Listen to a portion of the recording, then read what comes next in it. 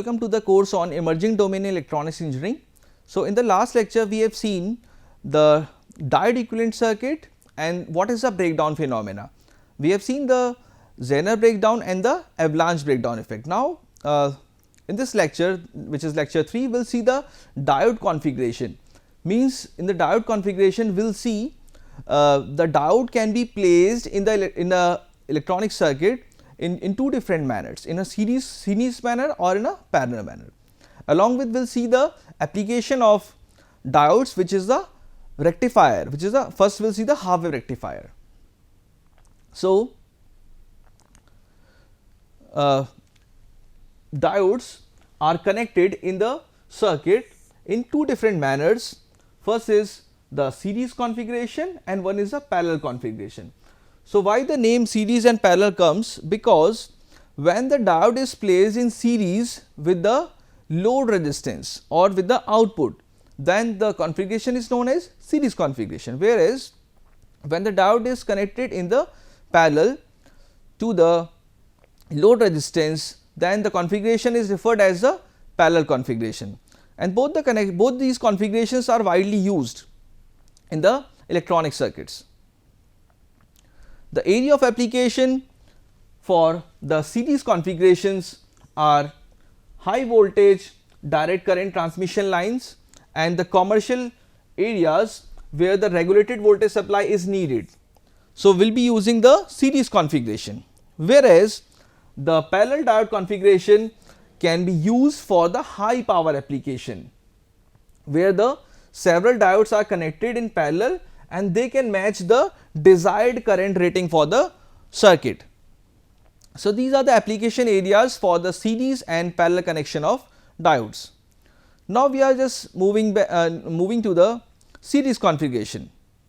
So, it is assumed that during the forward bias PN junction or during the forward bias PN junction, the forward resistance of the diode is usually very small in comparison with the other series element of the network. This is something we have already seen in our last lecture, that we have the simplified model in which the average resistance for the diode was negligible in comparison with the other resistances of the network.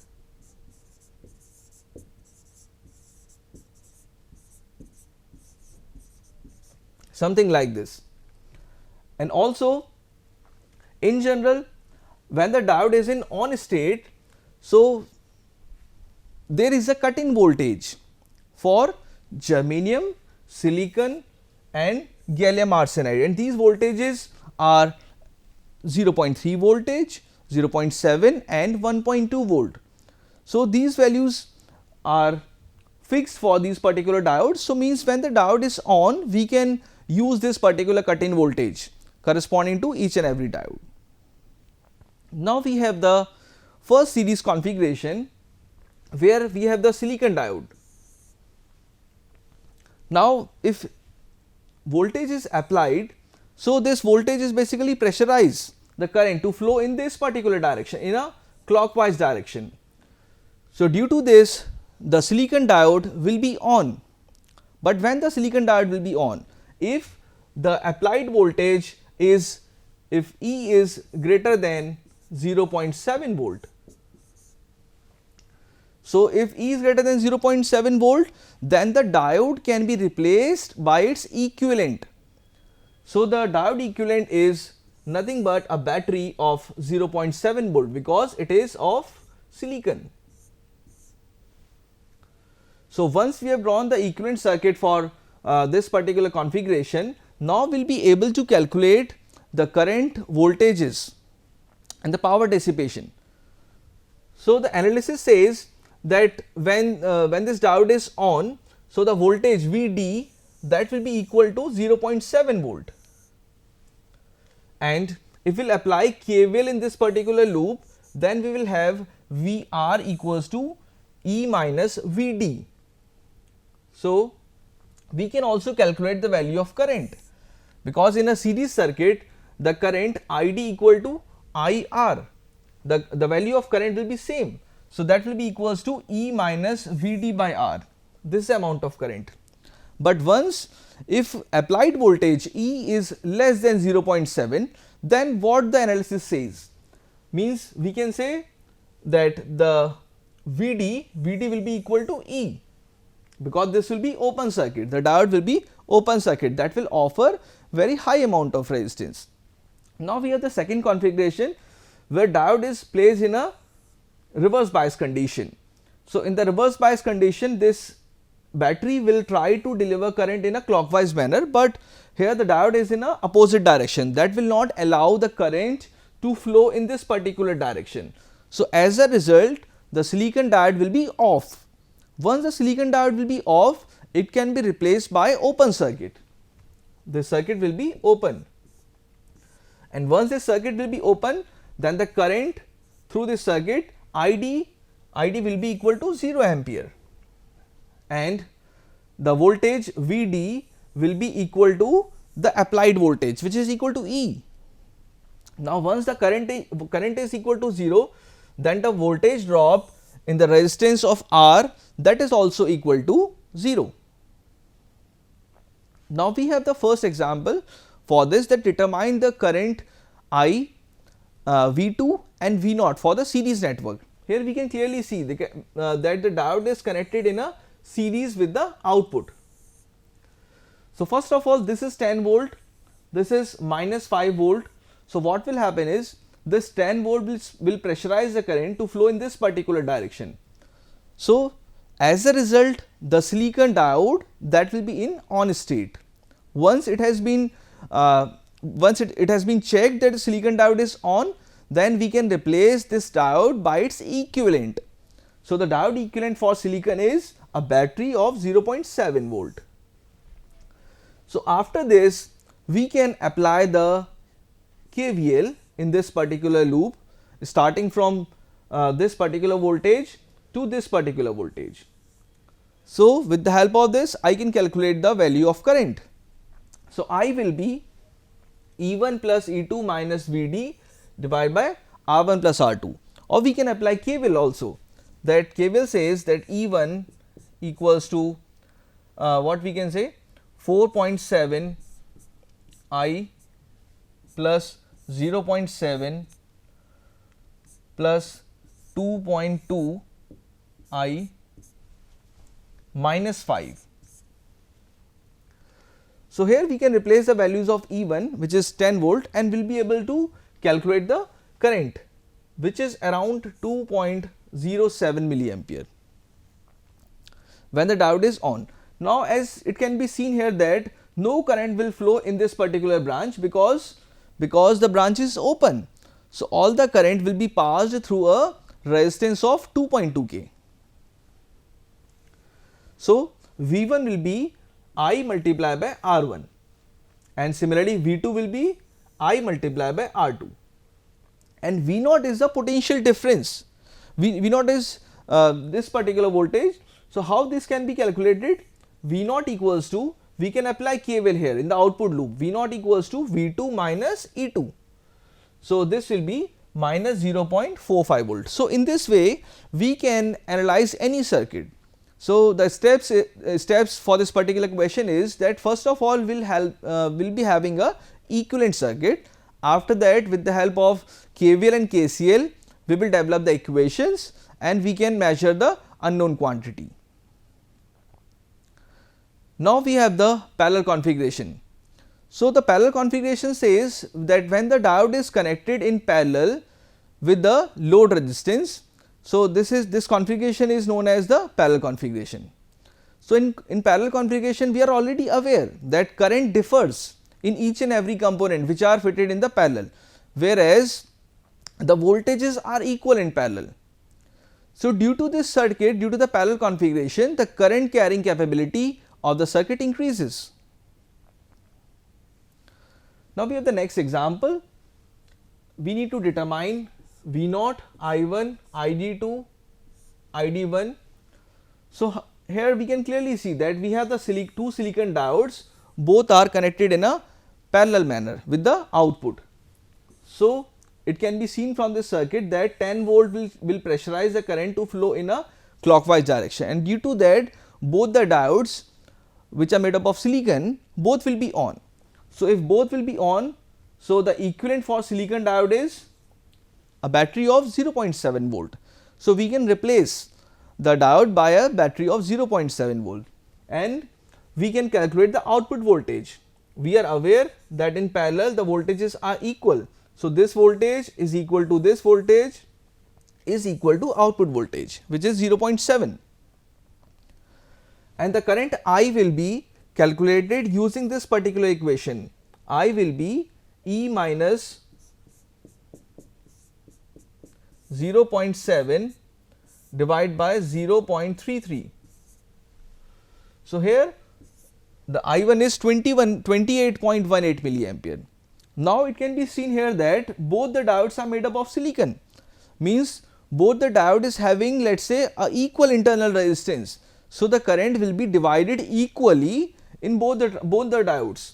So I will be equal, ID1 equal to ID2 equals to I1 by 2.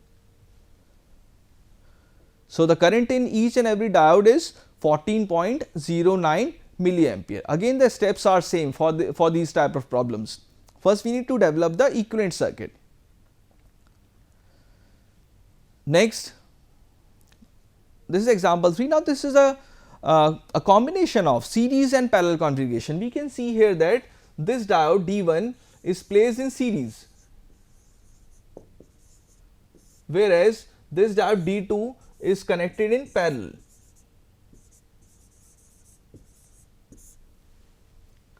So when this type of problem comes, means we have the combination of both the cases, means the series combination as well as the parallel combination. So first we will start with this particular diode. This 20 volt will pressurize the current to flow in this particular direction, and due to that definitely diode D1 will be on, and once the diode D1 will be on, so the direction of current is in this particular direction. So this diode, some current will pass through diode D2 and some current will pass through 3.3 kilo ohm resistance. So as a result both the diodes D1 and D2 are on. So we can replace both the diodes by its equivalent. So here we can replace this diode by a battery of 0.7 volt. Here also and this side also we have 0.7. So first of all we can find out that what is this particular voltage. Let's say V0 is the output voltage.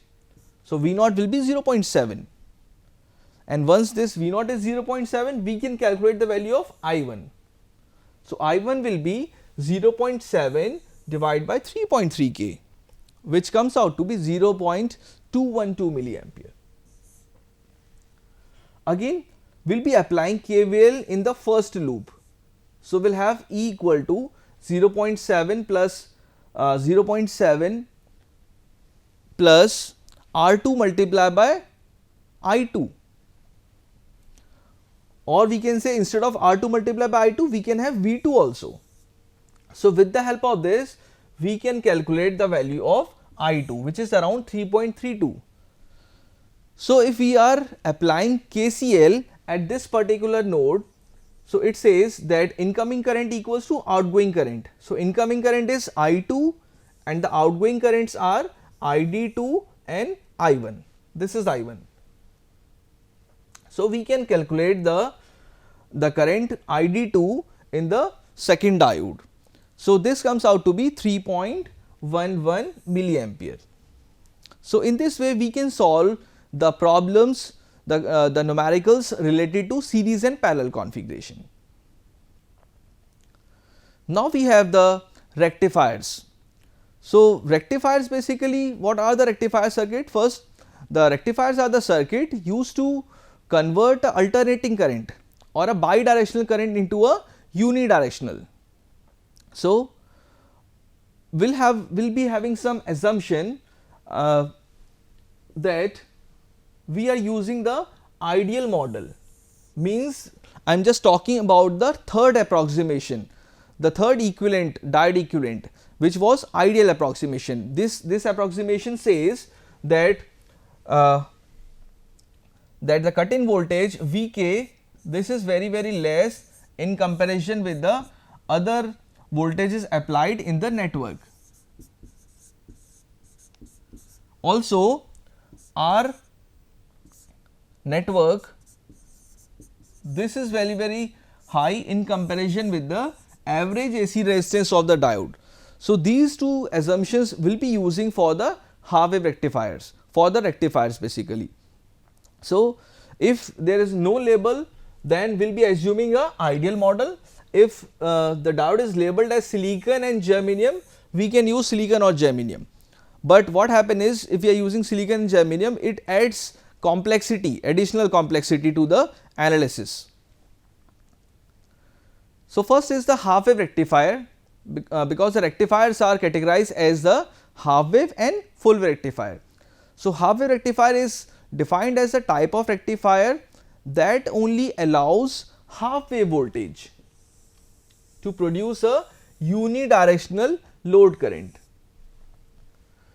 So, half wave rectifiers are used to convert a AC voltage to DC voltage, but this is not the kind of DC voltage needed for the electronic equipments. Means we cannot apply this directly generated DC voltage to our appliances like mobile phone. Like we cannot directly charge our mobile phone with the help of this particular rectifier. We need to add something in between this. So, the basic half wave rectifier circuit composed of a diode, which is ideal first, and a load resistance R.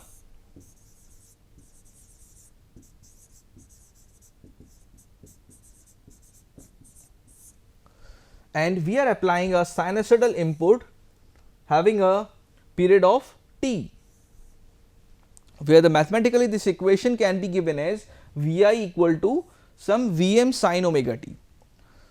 So, here we can clearly see that during the positive half cycle, what will happen if this diode is ideal, then the diode will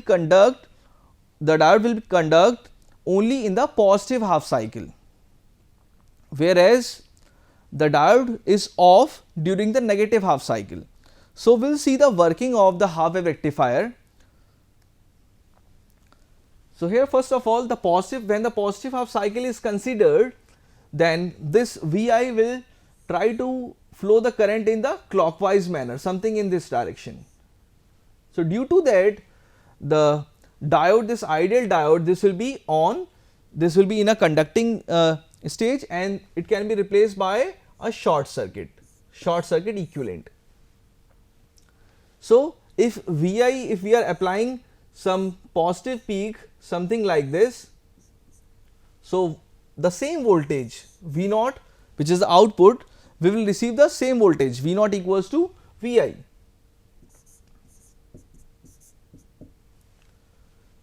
So, this is a representation for V output. So, this is the conducting region when time t equals to 0 to t by 2, means for the half cycle, whereas if the remaining half cycle, which is the negative half cycle, was applied to a PN junction. So, what will happen is this Vi will try to deliver current in a anti-clockwise manner, but once the current is flowing in this particular direction, then this diode will be off. And once this ideal diode is off, it can be replaced by open circuit. Means for the next conduction region, means for, we can say, for the non-conduction region, which is from t by 2 to capital T, the diode will be replaced by open circuit and no current will flow. And once the current is 0 in the circuit, then the resultant voltage V naught is equal to 0 volt. So, we can see here that for the negative half cycle, we will have the 0 volt, something like this. So, it can be seen, means if we are combining both the cycles, if we are drawing the waveform, this is the input voltage Vi having a maximum value of Vm. So, for the positive half cycle, we have the same voltage, which is V output equals to Vi, something like this. And for the negative half cycle, the output voltage was 0. something like this. So this is a waveform for the output for the first period for one cycle, let's say. For other cycle again the same waveform will be repeated, something like this, again will have some 0 and so on. So it can be seen here that the half wave rectifier basically rectifies only the positive half cycle, let's say. The negative half cycle was not rectified, that was not converted into a voltage here. So it is a half wave rectifier circuit. So after this waveform, we need to calculate some parameters corresponding to the rectifiers. So these parameters are referred as the RMS voltage, root mean square voltage, the average voltage, ripple factor, the efficiency and the PIV rating, peak inverse voltage for the rectifier. So it can be seen from the last waveform that the diode conducts only for positive half cycle, whereas the diode was off, it was in a non-conducting stage when we have the negative half cycle. So the root mean square value RMS voltage can be calculated as Vrms equal to, this is root mean square. So first we will have a root, after that we have a mean over the cycle, and after that we have the square of the input voltage. So we have the waveform which is V output equals to some Vm sin omega t. The output waveform will be something like this, having a maximum value of Vm up to a period of 2 pi. So the average is basically 2 pi, but the waveform exists for only 0 to pi. So as the limits will be changed from 0 to pi, and we have this output voltage V naught equals to Vm sin omega t. So instead of this voltage we can replace this. So after that sin square omega t can be written as 1 minus cos 2 omega t divided by 2. So if we will simplify this particular integration, we'll have something Vm square by 4 pi multiplied by pi, and which can be further simplified as Vm by 2. So the root mean square voltage, the RMS voltage for the half wave rectifier is Vm by 2. This is the first parameter. Second parameter is the average voltage. Now the average voltage can be calculated as VDC, average voltage or DC voltage. This is the same thing. So this can be given by integration of 0 to pi V output and with respect to d omega t. So instead of V output we have Vm sin omega t, and the integration limit will be from 0 to pi and 1 by 2 pi factor outside. So if we will simplify this particular expression, so we will have Vm equals to, sorry, VDC equal to Vm by pi, which is nearly equals to 0.318 times Vm. So the DC voltage or the average voltage is 0.318 times Vm, which can be justified that for this particular waveform, if this value is Vm, so average value क्या होगा इसका? This value will be something less than Vm, Now with the help of this DC voltage and RMS voltage, we can calculate the very important factor, which is a ripple factor. So the ratio of RMS value of AC component to the DC component in the rectifier output is known as a ripple factor, which can be given by mathematically as gamma equals to VAC by VDC, and we have a relationship that Vrms equal to under root of VDC square minus VAC square, or we can say we have the same relationship for current also, that IRMS equals to IDC square minus IAC square. So if we want to calculate the value of VAC, that will be under root of Vrms square minus VDC square. So we'll replace this in in this particular expression for ripple factor, so we have the relationship that gamma equals to the ripple factor equals to under root of Vrms by Vdc whole square minus 1. So, if we will substitute the values of RMS voltage and the DC voltage or the average voltage in this particular expression, then we can achieve the ripple factor for half wave rectifier. So, it comes out to be let us say gamma equals to 1.21. The ripple factor for half wave rectifier is comes around 1.21. Now we want to calculate the efficiency, the rectifier efficiency. So, the efficiency is basically given as it is a ratio of the DC output power to the AC input power. So, mathematically we can say eta is PDC by PAC.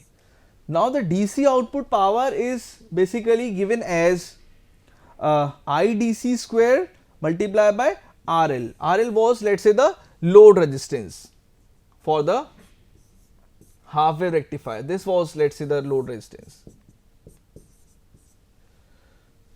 So, instead of IDC we can replace Im by pi. So, if this value will be Im by pi square multiplied by RL, and the AC resistance, AC power will be I RMS square multiplied by RF plus RL. Now, this RF is nothing but the internal resistance of the diode during the forward bias. So, we are already aware of the fact that when the PN junction diode is forward bias, then we can say that the load resistance RL will be very high in comparison with the forward resistance of the PN junction diode. So, we can neglect this, we can neglect small RF, and if we'll be using this particular relationship, then we'll achieve a efficiency of around 40.6. Means what this 40.6 factor shows, that we are able to utilize only the 40% of the input AC power. Means only the 40% power is transformed to the DC power for the input waveform, for the AC waveform. Now, one important factor is PIV, which is known as peak inverse voltage. Peak inverse voltage, or somewhere it is also referred as peak reverse voltage, PRV. So, PIV, it is the maximum reverse bias potential that can be applied to a PN junction diode before it enters into the Zener region. Means we have already seen what is the Zener region. So, this was the Zener region basically, VZ. So, PIV is just before this voltage. So, this is the maximum reverse bias potential that can be applied to a PN junction diode before it enters into the Zener region. So, means the PIV can be calculated for any rectifier, for any diode, when it is in a reverse bias condition. So, we can see here that we will be having a relationship between the PIV and the input voltage during the negative half cycle. So, PIV comes around to be Vm, PIV rating is Vm, greater than equals to Vm. So, it can be calculated for each and every diode. Since it is a peak inverse voltage or peak reverse voltage, so it can be understood that it is nothing but negative. So, but we are interested in the magnitude. So, PIV is Vm. These are the references. Thank you.